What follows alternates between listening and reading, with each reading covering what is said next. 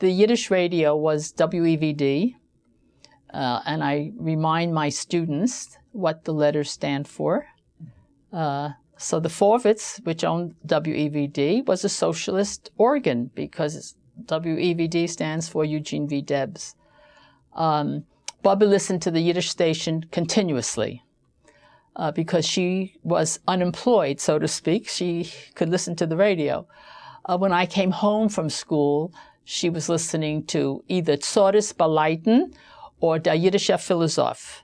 And the Yiddische Philosoph was like Ann Landers. People called in with problems, and he gave advice. And Tzores Baleiten was also that sort of program, you know, people's problems and seeking answers. Bobe couldn't read. My mother and father read the Yiddish newspaper. And then it turned around when there was no more Morning Freiheit. My mother read the Forvitz again. Mm-hmm.